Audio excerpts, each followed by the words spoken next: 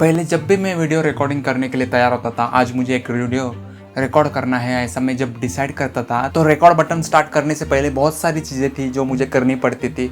जैसे कि लाइटिंग का ट्राइपॉड लगाना, उसके बाद उस पर ऊपर लाइटिंग फिट करना, उसके बाद उसकी छतरी जो एक इवन लाइट छोड़ती है वो लगाना, उसके बाद कैमरे का ट्राइपॉड लगाना, उसके बाद उसके ऊपर कैमरा प्लेस करना। लेकिन कैमरा में प्लेस करने के लिए स्क्रू था, तो स्क्रू घुमाते घुमाते 15 सेकंड चले जाते थे। तो वो सब करने में, मेरा चेयर एडजस्ट करने में, मैं बराबर दिखता हूँ कि नहीं वो एडजस्ट करने में, सब कुछ करने में 15 मिनट तो चले जाता था। तब तक मुझे ऐसा लगता था कि यार बहुत कुछ करना पड़ता है यार रिकॉर्डिंग शुरू करने के लिए। तो एक दो बार जब मैंने रिकॉर्डिंग की तो तब तो अच्छा नहीं लगा, लेकिन तीसरी बार जब मैं रिकॉर्डिंग करने के लिए मैंने डिसाइड किया, तब मुझे कुछ ना कुछ तो ऐसा एक जो रेजिस्टेंस होता है वो खींचने की कोशिश कर रहा था कि यार बहुत कुछ करना पड़ता है यार, ट्राइपॉड लगाना पड़ेगा, ये करना पड़ेगा, वो करना पड़ेगा, कहकर मैं अपने आप से बातें करता था और प्रोक्रेस्टिनेट करता था, उसे डिले करता था कि चलो छोड़ो कभी तो दूसरे दिन रिकॉर्ड करेंगे, आज मूड नहीं है, आज लगता है इतना एनर्जी नहीं है वगैरह, कुछ भी मैं अपने आप को एक्सक्यूज़ देता था। क्योंकि फ्रिक्शन जो होता है, जो रेजिस्टेंस होता है, वो हमेशा हमें खींचने की कोशिश करता है। इसलिए स्टीवन प्रेसफील्ड ने द वॉर ऑफ आर्ट इस बुक में कहा था कि friction is the most powerful force in the world. उसके बाद मुझे पता चला कि यार कुछ ना कुछ तो करना पड़ेगा यार, ये 15 मिनट का जो प्रोसेस है रिकॉर्ड करने से पहले, इसे कुछ ना कुछ तो कर कम करना पड़ेगा, वरना मैं ऐसे ही करता रहा तो टाइम पर मेरे वीडियोस नहीं बनेंगे और कभी ना कभी बर्नआउट होगा और मैं क्विट कर दूंगा। तब मुझे पता चला द 20 सेकेंड रूल। लेकिन क्या है 20 सेकेंड रूल, चले जानते, लेट्स बिगिन। ये कंसेप्ट इंट्रोड्यूस किया था शॉन एकर ने उनकी बुक द हैप्पीनेस एडवांटेज में। देखो कॉन्सेप्ट सिंपल है, if you can make a task 20 second easier, you are more likely to do it. Similarly if you make a distraction 20 second harder, then you are less likely to procrastinate. मतलब ये है कि कोई task है जो आपको करना है, जो अच्छा है, उसे आपने 20 सेकेंड ईजियर कर दिया करने में, तो ज़्यादा चांसेस है कि वो टास्क आप करेंगे। सिमिलरली ऐसा एक टास्क है जो आपको नहीं करना चाहिए, जो बैड हैबिट है, उसको अगर आप 20 सेकेंड हार्डर करोगे तो उसे प्रोक्रेस्टिनेट करने में आपको आसानी होगी। यही कंसेप्ट मैंने यूज़ किया मेरे यूट्यूब सेटअप में। मुझे जो ट्राइपॉड लगाने में वगैरह, लाइटिंग फिक्स करने में, सेटअप लगाने में बहुत टाइम जाता था, तो मैंने फिगर आउट किया कि कैसे मैं उस 15 मिनट के काम को 1 मिनट में कर दूँ। 20 सेकेंड का मतलब 20 सेकेंड ही नहीं होता, आप उसे कैसे भी यूज़ कर सकते हैं। मैंने 15 मिनट को 1 मिनट में तब्दील किया। मैंने मेरे घर वालों को कहा कि ये बेडरूम फुली मुझे चाहिए, जहाँ पर मैंने ट्राइपॉड लगा है वही ट्राइपॉड वहीं पर लगेगा, उसे कोई हाथ नहीं लगाएगा। जहाँ पर मेरा कैमरा का ट्राइपॉड है वहीं पर वो रहेगा, और घर वाले भी मान गए कि उसे कोई हाथ नहीं लगाएगा।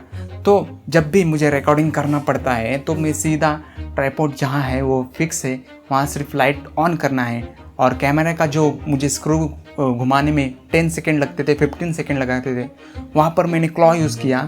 क्लॉ मुझे करीब 1500 में मिला, 1500 2000 में मिला, वो क्लॉ मैंने लगाया। उसके बाद 1 सेकंड में आप डबल बटन दबाने पर वो कैमरा निकाल सकते हैं, उसके बाद फिर से उसे लगा सकते हैं। तो ये सब करने के बाद जब टाइम आपका बचता है, इतने 15 मिनट का काम 1 मिनट में हो जाता है, तो वो काम करने में भी मज़ा आता है कि हाँ यार जल्दी, अब एनर्जी भी है, कर लेते हैं वीडियो रिकॉर्डिंग। उसके बाद मैंने वीडियो रिकॉर्डिंग बहुत आसान हो गया। और एक बात जो अली अब्दाल की मुझे अच्छी लगी, जो उन्होंने सिखाई थी कि बल्क में वीडियो शूट करो। बल्क में वीडियो शूट करो मतलब एक ही बार में सब कुछ सेटअप लगाओ वहीं पर, और एक ही बार में 2-3 वीडियोस रिकॉर्ड करो, जिससे आपके कंटेंट में कोई कमी नहीं होगी। ऑथर का अगर एग्जांपल देखा जाए तो ऑथर को गिटार बजाना सीखना था, गिटार में उन्हें माहिर होना था, तो हर रोज़ उन्हें गिटार बजाना ही था। लेकिन वो अपना गिटार क्लोजेट में रखते थे, तो उस क्लोजेट तक जाना, उसे ओपन करना, फिर गिटार को उस बैग से, गिटार का जो बैग होता है उससे बाहर निकालना, फिर उसके जो कॉर्ड्स वगैरह होते हैं, ज़्यादा कुछ मुझे मालूम नहीं गिटार के बारे में, कॉर्ड्स वगैरह होते हैं उसे सेट करना, इस पे 20 सेकंड से ज़्यादा टाइम लगता था। तो टीवी देखते वक्त उठकर जाना, वो सब कुछ करना, तो वो प्रोक्रेस्टिनेट करने लगे। उसके बाद उन्होंने फिगर आउट किया कि क्या करने पर मैं रेगुलरली प्रैक्टिस करूँगा। मैं सीधा आता हूँ, बैठ जाता हूँ और टीवी देखने लगता हूँ, क्योंकि सोफे पर भी रिमोट पड़ा हुआ होता है, तो रिमोट उठाना और टीवी ऑन करना बहुत आसान होता है। उसके बदले में उन्होंने ये किया कि जो चीज़ करनी ज़रूरी नहीं है, जैसे कि टीवी देखना ज़रूरी नहीं है या फिर वो बुरी आदत है, ये जब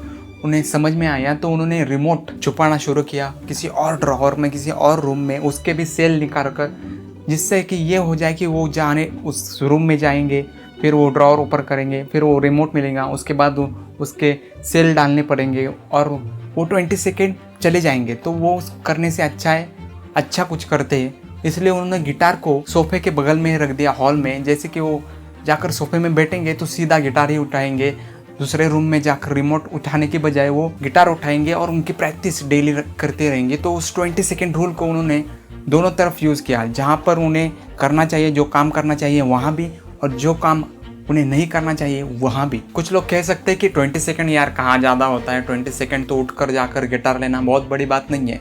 लेकिन 20 सेकेंड में रेजिस्टेंस हिट करता है। बहुत बार मैंने भी एक्सपीरियंस किया है। जब भी मैं राइटिंग के लिए बैठता था तो जैसे कि स्टीवन प्रेसफील्ड ने कहा था कि writing is not the hardest thing, sitting down for writing is the hardest thing. वही होता है, जब तक हम नहीं बैठते तब तक बहुत मुश्किल लगता है, और जब हम बैठते हैं और कुछ ना कुछ तो टाइप करना शुरू कर देते हैं तब फ्लो में ऐसा कुछ हो जाता है कि हमारी राइटिंग बढ़ जाती है। लेकिन सबसे मुश्किल काम होता है उठकर जाना, कुर्सी पर बैठना और लैपटॉप ओपन करना राइटिंग के लिए। वो सबसे मुश्किल होता है, क्योंकि रेजिस्टेंस हमेशा हमें पुश करना चाहता है, हमें नीचे खींचना चाहता है। वो बहुत सारे रेजिस्टेंस हो सकते हैं। रेजिस्टेंस के बहुत चेहरे होते हैं, जैसे कि सेल्फ डाउट होता है, या फिर लेजीनेस होता है, या फिर लो सेल्फ एस्टीम होता है। देखो, beginning is the most hardest thing. जितनी एनर्जी हमें शुरुआत में लगती है ना उठकर वो काम करने में, उसके बाद इतनी एनर्जी नहीं लगती। लेकिन वो जो शुरुआत की एनर्जी है वो इकट्ठा करने में हमें बहुत मेहनत करनी पड़ती है। इसलिए 20 सेकेंड रूल ये वर्क करता है। इसे आप कहीं भी यूज़ कर सकते हैं। बहुत सारे लोग इसे फॉलो करते हैं क्योंकि उन्हें पता है कि 20 सेकेंड रूल क्या है। जब उन्हें सुबह उठकर जिम जाना होता है तो बहुत सारे लोग शाम को ही जिम के कपड़े पहनकर सोते हैं, क्योंकि सुबह उठने पर उन्हें कपड़े पहनने में, तैयार होने में टाइम ना लगे। इसलिए वो सुबह उठकर सीधा शूज़ पहनते हैं और भागने लगते हैं जिम के लिए। मैं बहुत सारे एग्जांपल दे सकता हूँ। अगर सुबह उठकर आपको मोबाइल यूज़ करने की आदत है तो आप मोबाइल को किसी और रूम में रख सकते हैं, जिससे सुबह उठकर जाकर उसे ले आना, उससे 20 सेकेंड 30 सेकेंड चले जाएंगे और आपका दिल नहीं करेंगे उठने का, मोबाइल यूज़ करने का। उससे बढ़िया आप पॉजिटिव में उसे यूज़ कर सकते हैं कि अपनी तकिए के साइड में कोई बुक रख सकते हैं। आपको अगर बुक पढ़ने की आदत नहीं है, आदत डालनी है, तो अपने बेड के साइड पर जहाँ पर आप जल्दी से उसे उठा सकते हैं और पढ़ने लग सकते हैं, वो रूल आप वहाँ यूज़ कर सकते हैं और उससे